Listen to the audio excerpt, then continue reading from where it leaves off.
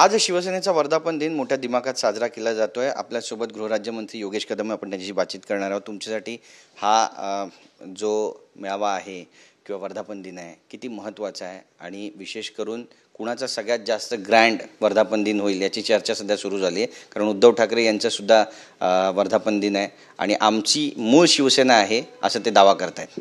नाही, मला वाटतं आजच्या दिवसाकडे आपण किमान मी तरी राजकीयदृष्ट्या बघत नाही। माझ्याकरिता आजचा दिवस हा वंदनीय बाळासाहेबांनी शिवसेनेची सुरुवात आजपासून केली। आजच्या दिवशी खऱ्या अर्थाने मराठी माणसाला न्याय मिळायला सुरुवात झाली।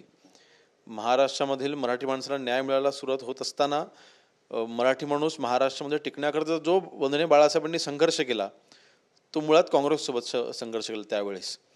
आणि अखंड आयुष्य ज्यांनी काँग्रेससोबत लढत केली त्या काँग्रेससोबत जी व्यक्ती आज बसलेली आहे त्यांना बाळासाहेबांच्या ह्या वर्धापन दिनाबद्दल हा वर्धापन दिन साजरा करण्याचा त्यांना अधिकार देखील नाही। आणि म्हणून मला वाटतं आजच्या दिवसाचं महत्त्व आपण त्या दृष्टीने कमी करता कामा नये। वंदनीय बाळासाहेबांनी जो हेतू ठेवून आजच्या दिवशी शिवसेना पक्षाची सुरुवात केली तो हेतू आपण विसरता कामा नये। आज शिवसेनेमध्ये शिवसेनेची वाटचाल वंदनीय बाळासाहेबांच्या विचाराने शिंदेसाहेब पुढे घेऊन जात असताना आज आमच्या सगळ्या तरुणाला ज्यावेळेला मंत्रिमंडळात जेव्हा संधी मिळते तेव्हा आम्ही शिवसेनेला काय देणं आहोत ही भावना आमच्या मनामध्ये आम्ही कायम ठेवली पाहिजे आणि ती आठवण नक्कीच आज आमच्या मनामध्ये आहे आणि त्या दृष्टीने आम्ही पुढची वाटचाल आम्ही करतोय। नक्कीच बाबा सुद्धा ज्या पदावर होते त्या पदावर तुम्ही सुद्धा आहात, त्यामुळे आजचा दिवस तुमच्यासाठी किती महत्त्वाचा आणि मोठा आहे।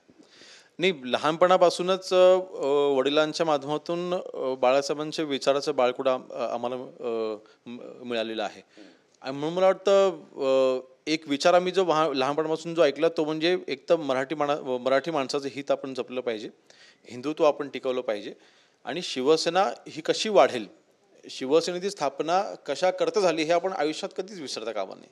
आणि हे जे विचार आमच्या मनात जे भिनलेत हे कधीच निघू शकत नाही आणि म्हणून वडिलांनी जे पदांची जबाबदारी वडिलांकडे होती, आज योगाकडे तीच जबाबदारी माझ्याकडे असताना वडिलांनी जे कार्य केलं ते आम्ही लहानपणापासून पाहिलेलं आहे। अगदी म्हणजे रामदासभाईंचे जे अगोदरचे जे किस्से आहेत त्यात कधी कधी आम्ही ते किस्से आम्ही ऑन रेकॉर्ड सांगू पण शकत नाही, इतका संघर्ष त्यांनी केलेला आहे। शिवसेना वाढी करता त्यांनी जे रक्त स्वतः सांडलं, 40-50 केसेस त्यांनी स्वतःवरती घेतले आहेत, काही केसेस अजूनही चालू आहेत। आजही रामदासभाई अगदी 73 वर्ष पण बेळगावच्या केसेसमध्ये त्यांना आजही तारखेला जावं लागतं। हा संघर्ष त्यांनी जो केला त्याच्यामुळे शिवसेना उभी राहिली आहे आणि हे आमच्याकडे तरुणांनी कधी विसरता कामा नये हे असं मला वाटतं। आणि रामदासभाईंसोबतच अनेक असे नेते होऊन गेलेत ज्यांनी शिवसेनेकरता अनेक केसेस अंगावरती घेतले आहेत, अनेक कार्यकर्ते असे होऊन गेले ज्यांनी शिवसेनेकरता केसेस अंगावरती घेतले आहेत, कुटुंब त्यांचं वाऱ्यावरती सोडलेलं आहे आणि संघर्षामधून उभी राहिलेली ही संघटना, ह्या संघटनेचं महत्त्व आपण फक्त मेळाव्यापुरतं किंवा राजकीय मेळाव्यापुरतं न बघता वंदनीय बाळासाहेबांचे विचार हे आपण लक्षात ठेवले पाहिजे।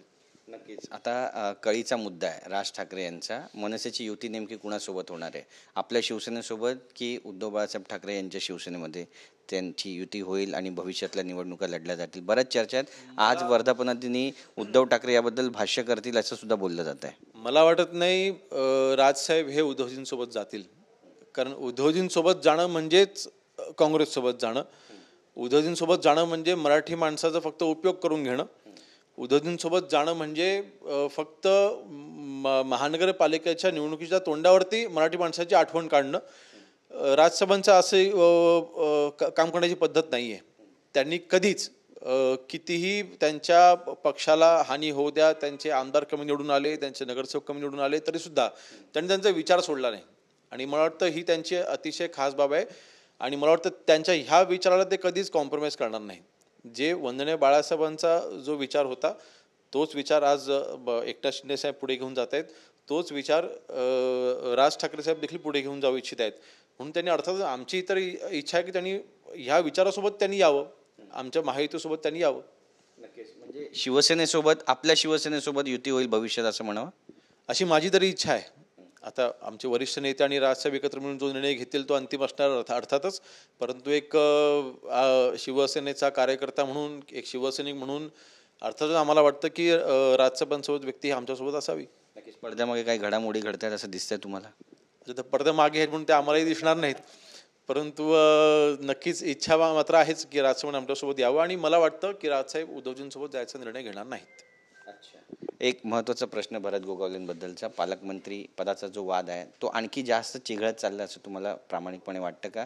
कारण 2 व्हिडिओज ट्विट करण्यात आलेले आहेत. एक तर वसंत मोरेंनी पण आरोप केला, अघोरी विद्या केली. त्यानंतर काल सूरज चव्हाण यांनी तर थेट आव्हान दिलं आहे की एकनाथ शिंदे यांनी व्हिडिओ पाहावा, कारवाई करावी, अन्यथा आम्ही पुढचा निर्णय घेऊ. हे बघा, सूरज चव्हाणच्या बोलण्याला मी काही जास्त महत्त्व देत नाहीत. ते मला वाटतं राष्ट्रवादी काँग्रेस पक्षाचे प्रवक्ते आहेत, ते काय नेते किंवा निर्णय घेणारी व्यक्ती नाही आहेत. भरत शेठ यांनी शिवसेनेकरता रायगड जिल्ह्यामध्ये जो संघर्ष केलेला आहे, शिवसेना वाढीकरता त्यांचं जे योगदान आहे, रायगड जिल्ह्यामध्ये असलेली शिवसेनेची ताकद बघता ते पद शिवसेनेला मिळालं पाहिजे अशी आमची इच्छा आहे. जुने व्हिडिओज ट्विट करून किंवा एखाद्या व्हिडिओवरती तुम्ही फक्त आक्षेप घेऊन भरत शेठना बदनाम करायचा हा जो प्रयत्न चालला आहे, हा मला वाटतं केविलवाणा प्रयत्न आहे. मेरिटवरती या ना, मेरिटवरती बोललं पाहिजे तुम्ही. असे व्हिडिओ ट्विट करून पालकमंत्रीपद मिळत नसतात, आणि म्हणून मला वाटतं अशा ट्विटना किंवा अशा पॉलिटिकल स्टंटना आम्ही काही जास्त महत्त्व देत नाही. योग्य ते उत्तर भरत शेठ देतील त्या बाबतीमध्ये.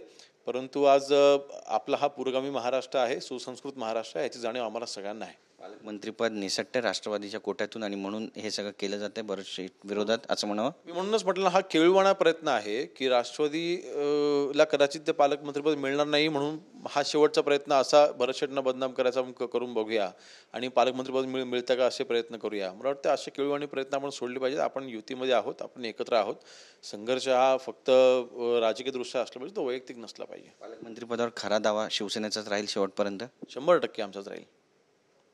वर्धापन दिन आता झालेला आहे, बऱ्याच जबाबदाऱ्या वाटण्यात येत आहेत, आणि भविष्यातल्या निवडणुकांकडे तुम्ही कसं पाहता? शिवसेना वाढते असं म्हणावं? नक्कीच वाढते. आपण जर का पाहिलं, आम्ही जेव्हा एकनाथ शिंदे साहेबांसोबत गेलो होतो आम्ही 50 आमदार होतो, आज आम्ही 60 आमदार आहोत. त्या व्यतिरिक्त राज्यामध्ये असलेल्या अनेक नगर परिषदा आहेत, नगरपंचायतीच्या आता निवडणुका आहेत, जिल्हा परिषद पंचायत समिती आहेत. या राज्यामधलं जे वातावरण पाहता शिवसेना 100% वाढते. आजही शिवसेनेमधले पक्षप्रवेश थांबत नाही आहेत. लोकप्रतिनिधी असतील, अगदी सरपंचांपासून ते नगरसेवकांपर्यंत, जिल्हा परिषद सदस्यांपासून ते पंचायत समिती सदस्यांपर्यंत, आमदारांपासून ते माजी मंत्र्यांपर्यंत शिवसेनेमध्ये प्रवेश करत आहेत. याचा अर्थ आहे की शिंदे साहेबांची जी भूमिका आहे ती राज्यामध्ये अजून दृढ होते, ती वाढते. शिवसेना हा जो खरा विचार आहे तो तळागाळापर्यंत शिंदे साहेब पोहोचण्यामध्ये यशस्वी झालेले आहेत, आणि म्हणून शिवसेनेची वाटचाल ही यशस्वीरित्या पुढे चालली आहे. आणि आज जशी वाढली तशी अजूनच 100% पुढे अजून वाढणार. साठे कॉलेजमध्ये एका मुलीनं तरुणीनं आत्महत्या केली आहे, आणि हे प्रकरण किती गंभीर वाटतं? महिला अत्याचार वाढतायत महाराष्ट्रामध्ये अशी वारंवार टीका करतायत विरोधात.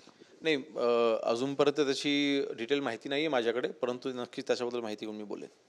धन्यवाद तुमच्याशी बातचीत केल्याबद्दल. तर आपण पाहतो आपली मतं या ठिकाणी परखडपणे मांडलेली आहेत गृहराज्यमंत्री योगेश कदम यांनी, आणि त्यासोबतच रायगडच्या पालकमंत्रीपदावर शिवसेनेचाच दावा राहील असं सुद्धा ते ठासून सांगत आहेत. कॅमेरा पर्सन रोहन पवारसह गिरीश गायकवाड, TV9 मराठी, मुंबई.